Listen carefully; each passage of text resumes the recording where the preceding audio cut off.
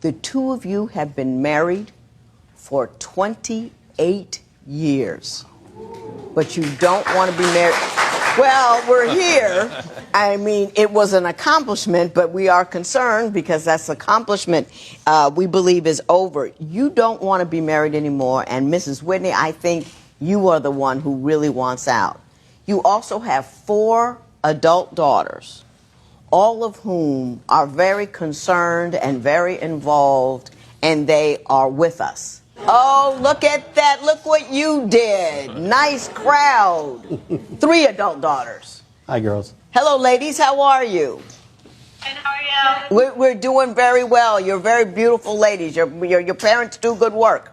I want you to stay with me. I want you to hear what's going on, and then I am going to ask you what you think is going on and what you think might help. Mr. Whitney, why don't you tell me why you believe you're getting a divorce after 28 years? Your Honor, Kimberly and myself are not doing well. We don't sleep in the same room. We don't communicate like we used to. It always hasn't been like that. We used to communicate pretty well. As a matter of fact, I remember a time that I went over to pick up Kim, and we went for a walk, and we were walking, and it started raining, and it didn't matter. We kept talking, and we came by a little store, and we went inside the store and we bought some Boone's Farm Strawberry Hill. It was pretty good. We kept walking, and it kept raining. I think by the time we get done, we were totally soaked, but it was just an awesome time, and I remember that was one of my fondest memories. And that was early on in the relationship? That was early on.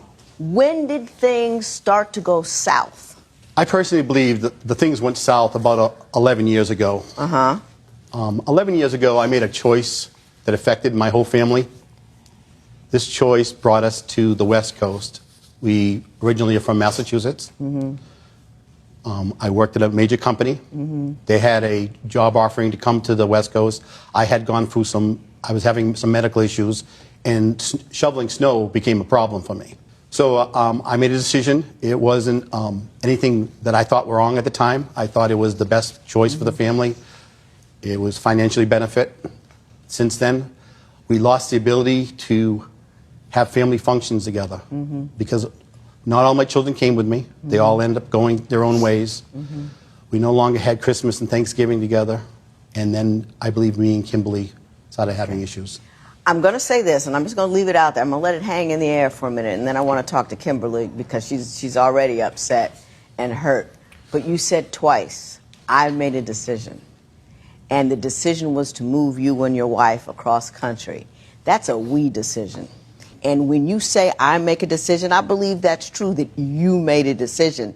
And when you do that in a marriage, the other person doesn't have any ownership in it and feels dismissed and disrespected. I'm going to say that. Ms. Whitney, am I close? You are absolutely right. Selfish. What do you think the major problem is with Mr. Whitney? Because he's selfish. He just, everything has to be his way. Okay. You said something to me in my papers that just struck a nerve. And ladies, you can probably help me out with this because I'm going to ask you this question as well. You said something that hit me right between the eyes. He knows that in the past, I never would tell him no. He was my weakness. I'm starting to stand my ground with him, and he's very surprised. Yes. Do you feel that you lived his life? In other words, you pleased him? Yes. And that it was a one-way street? Absolutely, yep. Explain what because kind of things were happening. Everything that happens in our relationship, it's with him. It's always what he wants to do. It's never... It's not true. Do you want to go? And we're going to go do this weekend. We're going to go do this weekend. And he always makes plans for us. And I sometimes just want to stay home. I don't like to go places. I'm a homebody. And I always say no. She wants to stay home all the time. Stop. Now, Mr. Whitney, one problem that you have is when you interrupt somebody, that's dismissive. That's telling them your opinion doesn't matter. I'm not interested in what you have to say because what I say is more important and what I say is right. And this again, I've known you for 4 minutes now, and I've tagged you twice being overbearing. And she says you're overbearing.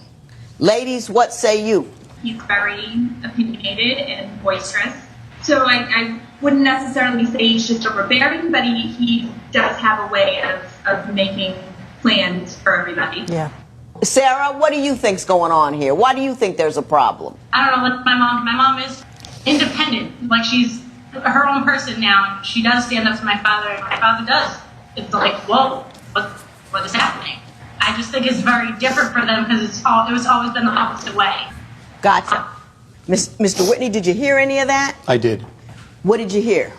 I heard that I'm the one making all the plans, that I'm the one making decisions. And can I go back? Please. Okay. So when we met, I met Kim in South Carolina. And at that time, she didn't speak. She was very quiet to herself, very reserved. And she would make no decisions. So I said, let's go here. She goes, okay, if you want to go there, let's go there. So I continued that on. It was a learned pattern, not that I automatically just did that. It was a learned pattern over the years that I just continued it on. And I brought it to Massachusetts, which is a whole different world than everywhere else. It's very aggressive. They're very abrupt, things like. So she's changed over the years to adapt to the surroundings, and which I find very good. I mean, and I'll give you an example. One of the things is we get a phone call from a person selling stuff over the phone. Back when when we were together young, the first 5 or 6 years, she'd answer the phone and stay on the phone till the gentleman finished everything. Right. And never hang up. I'd come home and I say, Kimberly, who's on the phone? She goes, shh, shh, shh. Because she felt that she was obligated to listen to a telemarketer. Exactly. And she's just a very nice, sweet person. She says yes, she's- okay. That's what I fell in love with. And that's what got you into trouble. Yes. The picture I'm getting is that you were a quiet, sweet, submissive woman. Yeah. That he got used to that. When did that not become okay for you anymore? Probably when my youngest moved out. What changed? I don't know, just my whole world fell apart when she left. When my kids left home. And I just can't deal with it. Sometimes that's why they're back now. Because you felt you didn't have a purpose. That empty nest thing is hard Absolutely. for a mom. Were you a stay-at-home mom the entire time? No. But my kids are my world. Right. I mean, everything to me. And when they left, it was very hard on me. Right. Did you have stuff to do other than the children? Did you have hobbies, passions, things that you like to do other It than was always with the children. take though. care of people? No. That's what I've done all my life. Is take care of Yes. people. Do you find her newfound self distressing? On occasions, yes, I do. Give me an example of something that's been irritating you that she's been doing recently that is a source of some of your conflict. Okay, that's a good question. I'm glad you asked that because one of the things she does is she plays these bubble games Oh, gosh. on the internet. And it's not like one bubble game. There's multiple bubble games. And why does that cause stress?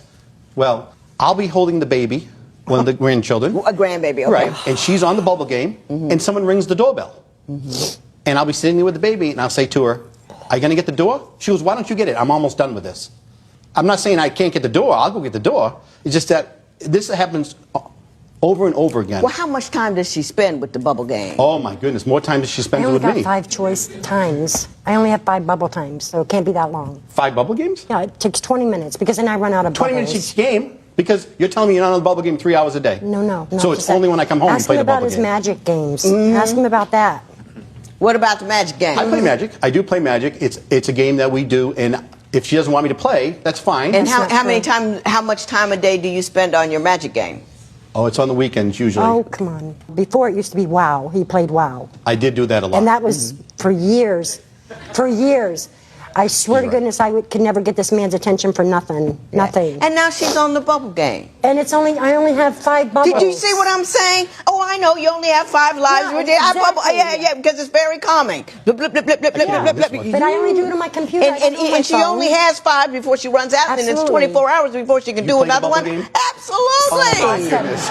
Absolutely. Awesome. No. Now see, no, Mr. Whitney. Yes. Now see, here's where you made your mistake. You don't lose because I understand what she's talking about. What you're losing is when she doesn't feel important in her own home. I'm not going to rule in her favor because we both like the bubble game. Okay. Do you see what I'm saying? Yes, I I'm do. not a small person.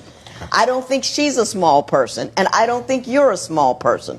What I'm trying to do is I need you to see the picture. You believe the things that you do are important because you understand why you do them, whether they are for enjoyment, for economic reasons. And you see the things that she does as unimportant because you don't have the empathy that you need to put yourself in her shoes. Because you've always been in charge. And people get used to getting yesed to death. You get used to it. Life naturally should be about what I want, when I want, how I want it, because that's how it's always been. And I ain't mad at you for it either, because you're human and people do that. But what happens is a couple things happen to women.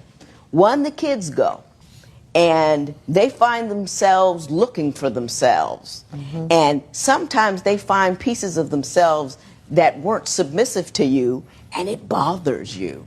And number two, we go through menopause and get more male-like.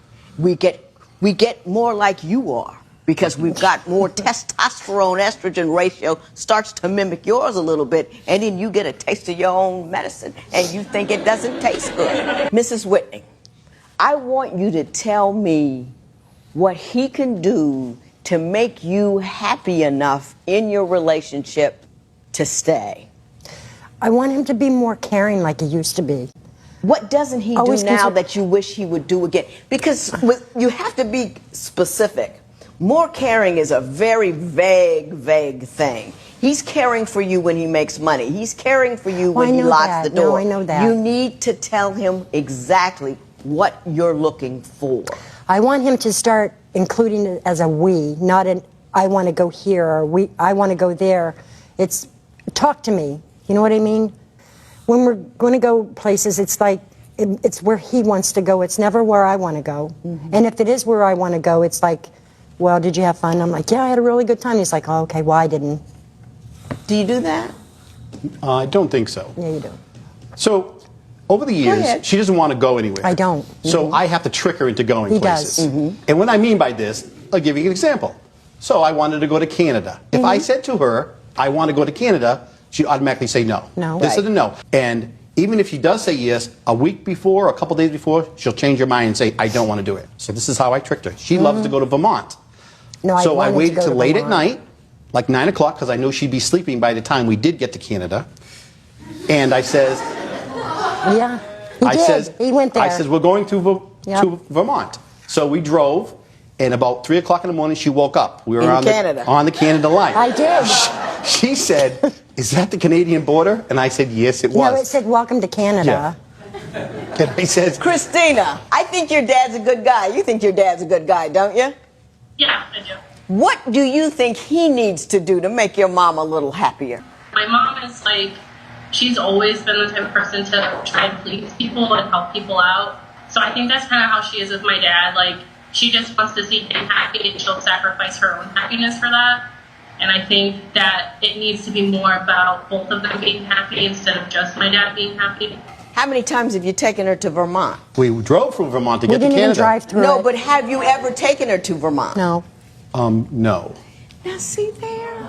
Do you see what I'm saying? This is all about you. She said she likes to go to Vermont. It's not like she doesn't want to go anywhere. She wants to go to Vermont. But because she didn't want to go where you wanted to go, she didn't get to go. Do you know how that makes a person feel that the one guy in your life that is supposed to love you beyond anything else doesn't matter a whit about what she wants? Do you see that? Mr. Whitney, what you going to do when you leave here? Plan a trip to Vermont?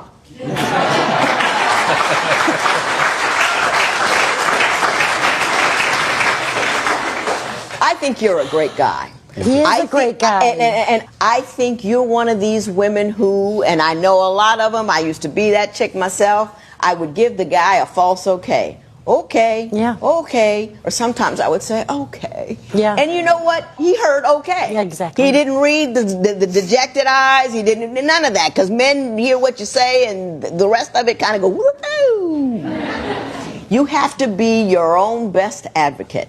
And you have to say, I don't want to go here. I do I that want to now. go there. I know you do. But make sure you continue to do so. Don't get frustrated. Say, I count in this marriage, and I want you to act like it. You, on the other hand, have to remember that you have been lulled into a great selfishness, and people don't just change like that. So you have to ask yourself, no, ask her every morning, baby, what can I do for you today? Baby, what can I do for you today? Because it's something concrete that you can do that reminds you that you have to switch off of the all-day Michael Whitney channel and turn on the Kim Whitney channel every once in a while. And you've had 28 years of doing just about everything you please. You can sacrifice some of what you want for what she does. And let me say this, cranky compromises don't count. You know, I have been to baseball games. Mm-hmm. See what I'm saying? I got him tickets to the World Series once, and when I couldn't have cared less. Hey, whoop, whoop. I did it all. I did the wave. I did it all. You need to do that too. If she wants to go knick-knacking or whatever they call that, you need to go. And you need to look a couple of little knick-knacks and tell her that she's cute. That's what a grown person does. You with me, Mr. Whitney? Because you will lose her. There's this thing called a gray divorce, and they're mostly initiated by women, and it's women who have been in relationships for a long period of time in which they have subjugated themselves to the man in the relationship. The kids go away, they look up and say, you know what, there ain't no upside to this. And then they bounce. Don't find yourself a victim of a gray divorce. You with me? I am. Stand your ground, be cool, be calm, do what you do, and act like you love her. Thank you, ladies. This matter is adjourned.